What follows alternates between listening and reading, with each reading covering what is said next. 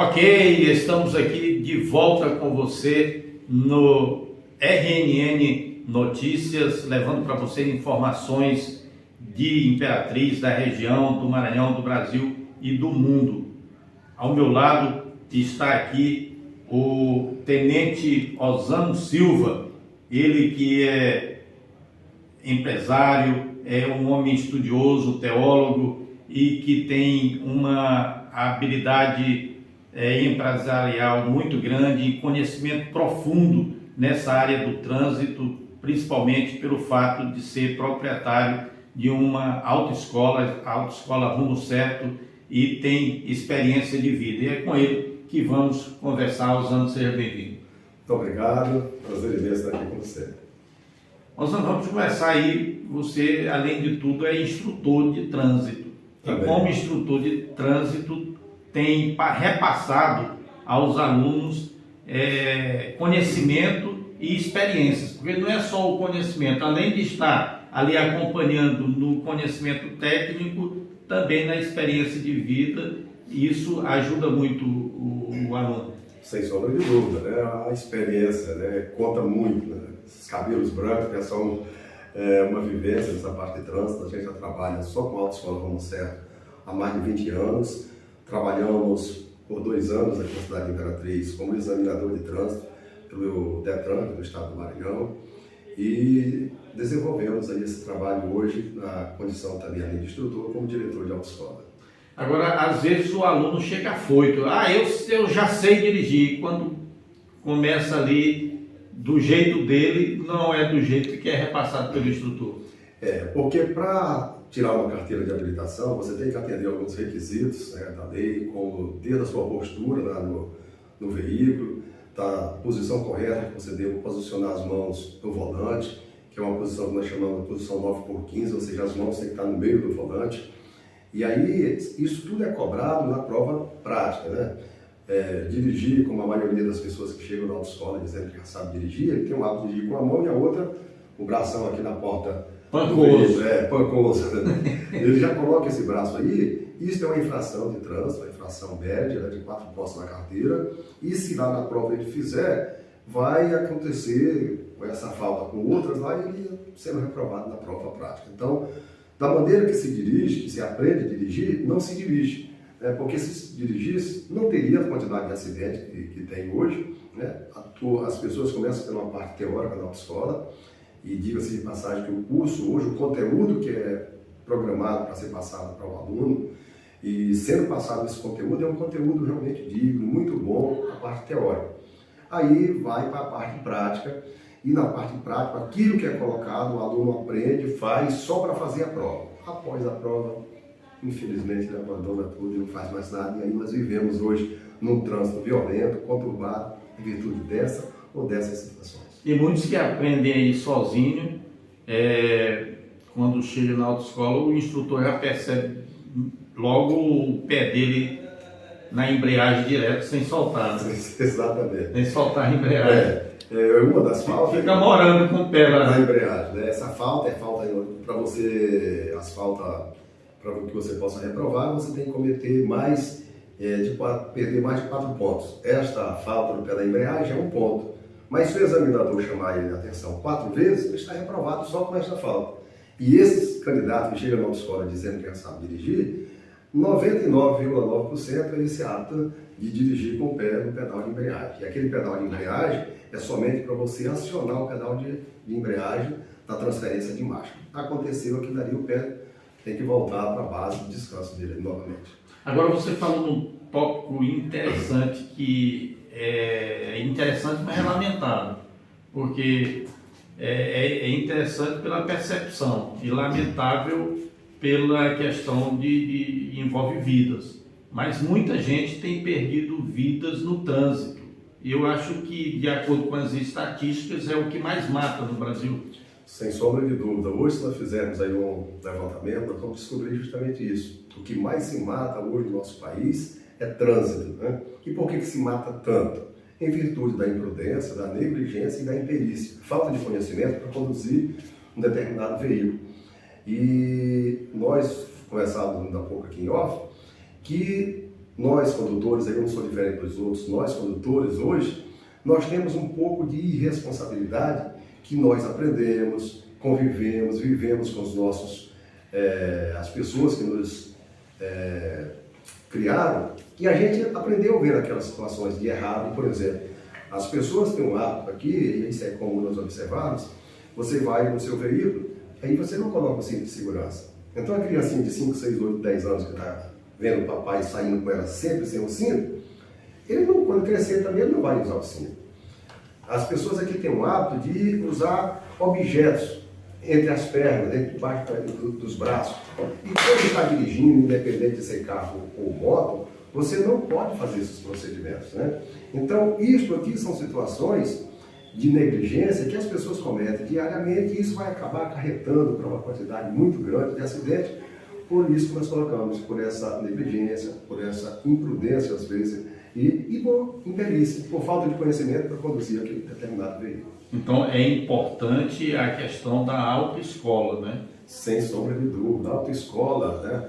Inclusive, tiraram essa nomenclatura de autoescola, mas a gente ainda continua falando, mas hoje não se existe autoescola no nosso país. O que existe hoje no país é um CFC. O que é um CFC? É um Centro de Formação de Condutores. E, na realidade, esse Centro de Formação de Condutores, ele tem as suas limitações. Aí aqui eu falo como instrutor de trânsito, eu lamento que essa legislação vigente do país, nós temos a Lei 9.503, que instituiu, que criou o nosso CTB, onde ela reza aí uma carga mínima de aulas práticas de 20 horas aulas. Mas ela limita esse aluno, esse condutor, a um veículo, que ele é proibido, ele não pode conduzir um veículo em rodovia federal, para que nós possamos entender numa BR. Ele não pode dirigir em uma rodovia federal, numa BR. Como é que eu vou estar em condições de conduzir um veículo numa rodovia se a própria lei me limita ainda como aluno, como instrutor, eu não poder ir nessa rodovia? Aí a pessoa passa um ano para aprender a dirigir.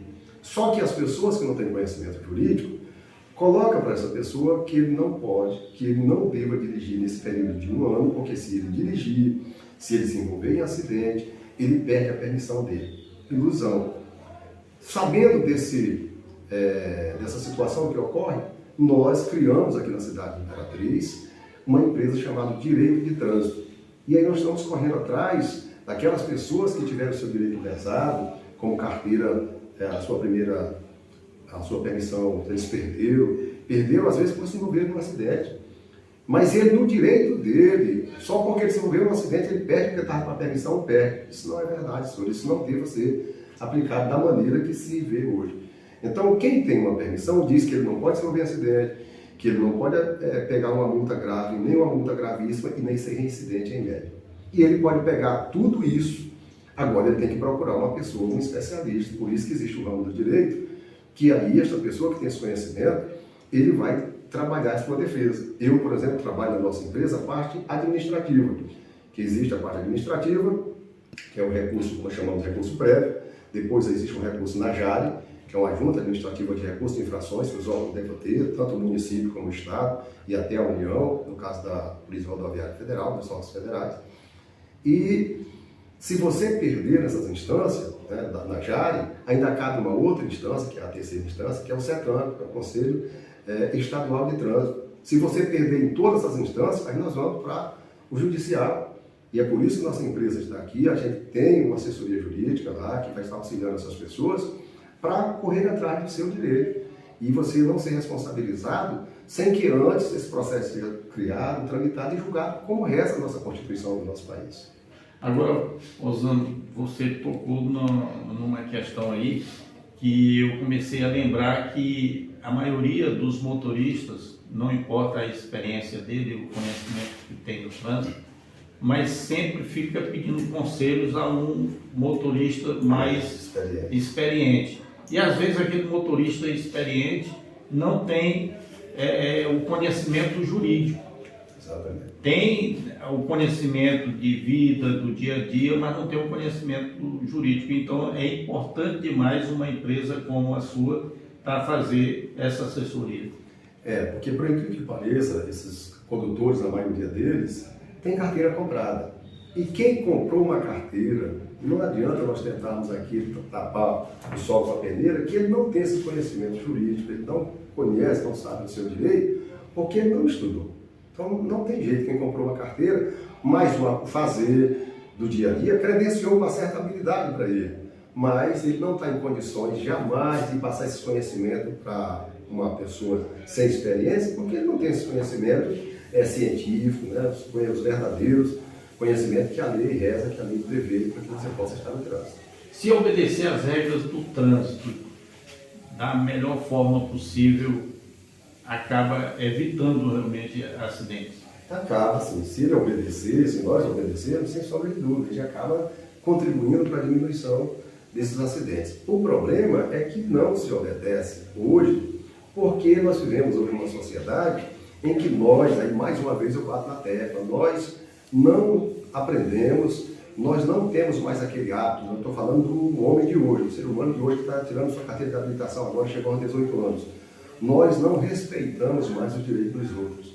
E aqui no nosso estado, e na nossa região toda, eu vou falar aqui nessa região justamente que nós convivemos aqui, nós, você é conhecedor disso, nós, mais uma vez, nós não respeitamos o direito dos outros, do próximo. Faixa de pedestre, Imperatriz, quem respeita? Ninguém. Aqui os órgãos de fiscalização não respeitam, as autoescolas não respeitam, né? Nós, condutores, não respeitamos os outros lá. Quando nós estamos de a pé, queremos ser respeitados, mas quando nós estamos num carro, principalmente num carrão, quanto maior o carro que você esteja, mais super-homem você fica no volante. Coloca você no SW4, meu peixe, aí você fica, você está entendendo? Então, isso é cultura, é educação, e essa educação tem que vir lá de berço. Não adianta nós tentarmos aqui, os órgãos de comunicação faz impossível para ter um condutor responsável, mas é balela nós tentarmos fazer isso aqui dessa maneira. Seria lá na base, em casa, ainda ensinando o filho que eu te falei. Quando o papai entrasse no carro, colocar o cinto, ensinar o filho a colocar no cinto, ensinar o filho que aquele sinal vermelho deve ser respeitado, mas ele respeitando, aí nós teríamos, ou nós tenhamos aí um trânsito seguro quando isso acontecer, se isso vier acontecer. A negligência no trânsito é tão grande que os sinais eletrônicos, a maioria dos condutores de veículos tem como inimigos e não como uma regra do trânsito. Infelizmente, eu já vejo justamente dessa maneira, e um dia desse me consultaram, querendo saber se ele poderia, a partir das 23 horas, 11 horas da noite, meia-noite, ele poderia passar um sinal de trânsito, sinal vermelho. Olha, até que poder pode, não só às 23 horas, como nesse mesmo horário nós estamos gravando aqui durante o dia, qualquer horário você pode, mas você não deve. Poder é uma coisa, dever é outra. A própria Bíblia nos diz que tudo nos é lícito, porém nem tudo nos convém. Então não adianta você dizer que você pode avançar, mas você não deve fazer isso, você pode estar fazendo com que um acidente de grandes proporções possa ocorrer, possa acontecer. Agora, quais são no governo atual, o governo brasileiro atual, quer fazer mudanças? Quais são essas mudanças que o governo quer fazer, principalmente em relação a instrutores e escolas? Bom, verdadeiramente eu não posso falar aqui para você, porque isso a gente só pode falar quando há uma lei, né? Nós temos hoje, eu te falei da Lei 9.503, que é a lei que criou o nosso Código de Trânsito Brasileiro. Mas através das redes sociais, se observa muito aí nas redes sociais, de que há uma probabilidade grande, um comentário muito grande no país, de que as autoescolas do país inteiro serão extintas, que vai deixar de existir, vão acabar as autoescolas. Aí eu não dá para me afirmar aqui se essa ideia do governo federal, se é dele, se é verdadeiro, se não é, eu não sei. Mas o que eu quero dizer para você, com o conhecimento que eu tenho aqui, o pouco conhecimento que eu tenho de trânsito, é que se isso vier a acontecer, se as autoescolas do nosso país vierem a fechar, pode ter certeza que esses acidentes que hoje nós temos, eles vão quadruplicar, eles vão chegar 10 vezes mais, ou até um número maior do que isso, porque nós formando esses condutores, mesmo não formando bem informados, mas nós estamos formando esses condutores, os acidentes acontecem nessa proporção tão grande, nós somos recordistas de acidente de trânsito no país. Ou melhor, no universo todo, no mundo inteiro, o Brasil é um dos países que mais se comete acidente de trânsito. Não se dá uma ênfase, aqui a mídia, né, não divulga, não se fala, porque se falar isso aqui seria desastrosa. E aí como ficaria as montadoras, como ficariam as fábricas? Então essa mortandade tão grande que existe, não se divulga essa mortandade. Mas se divulgasse, principalmente na questão do veículo de duas rodas, que aqui nós chamamos, a maioria chama de moto, mas não falo só a moto, que pode ser a cinquentinha, a bis né, e outras mais, mas o veículo de duas rodas, como você tem que ser um equilibrista para ficar em cima dele, é o que mais causa acidente com vítima fatal. Então, se fôssemos... Ainda tem gente que tenta conduzir em um pneu só. Aí pior é isso aí, né? Aí fazendo aquelas manobras, nós chamamos aí na lei do trânsito, manobras perigosas, né? Fazendo aí exibição, e aí uma infinidade. Infelizmente, é por isso que nós temos esse trânsito tão complicado, tão louco, por essa quantidade de pessoas irresponsáveis que nós temos no nosso trânsito. Agora, Tenente Osando Silva, nós temos acompanhado a sua trajetória de vida e observamos que tem sempre inovado, sempre procurado, principalmente na área empresarial, fazer a diferença. E agora também está entrando no ramo imobiliário? Não, nós estamos... no ramo imobiliário. Bem pensado. Na realidade, aqui nós estamos com a pequena propriedade do estado de Tocantins, e aí nós estamos colocando ela à venda, né? Já existe um colega aqui, né, através aqui do meu amigo, do Apóstolo Wallace, que a gente deve estar olhando já nesse próximo final de semana, essa área lá, para que a gente possa estar fazendo já um empreendimento até maior do que ele existe hoje. A ideia deles aqui é de fazer um empreendimento maior, e aí nós estamos aqui justamente, né, para vermos o projeto que eles têm para oferecer, e já um pouco que nos mostrou interessante, né? E aí, quem sabe, a gente vai estar trabalhando essa parceria aí, e abrindo esse leque também da nossa vida aí, esse lado empresarial, esse lado aí do ramo imobiliário, né? Vamos estar norteando ali uma propriedade que a gente tem lá, e quem sabe aí, se a gente não vai ingressar nessa área também. Considerações finais. Olha, só quero agradecer aqui a vocês, parabenizar vocês aí pela condução do programa, tá? Só de parabéns, realmente. Quando eu vi, eu que acompanhei o início desse programa, eu não acreditava nesse potencial desse programa que hoje tem, não só o stand-by, como aqui o ARN, né? E todos vocês aqui. Então, parabéns a vocês pela condução do programa, pela seriedade, pelas matérias, pelos assuntos que são abordados. Só quero parabenizar vocês e dizer que foi um prazer ter estado com vocês aqui falando um pouco sobre a nossa atividade. Eu falei com o Tenente Osando Silva, ele que é teólogo, empresário, e que tem um conhecimento muito grande da Bíblia e da vida, e é um dos homens bem conceituados aqui da nossa região e do nosso estado. Ele faz parte também de uma entidade em nível estadual, né? Chegou a ser vice-presidente. Ah, tá. Fui presidente da Associação dos Policiais aqui da região Tocantina, da Associação de Cabos e Soldados Imperatriz e Açailândia. Tive a oportunidade e a honra de ter sido presidente também dessa entidade. Obrigado aí pela sua participação, e você, internauta, obrigado pelo carinho da audiência. Em breve nós estaremos mais uma vez nessa 4ª temporada da RNN Notícias e também Hi-Fi Alta Fidelidade. Obrigado pelo carinho da audiência. Aquele abraço.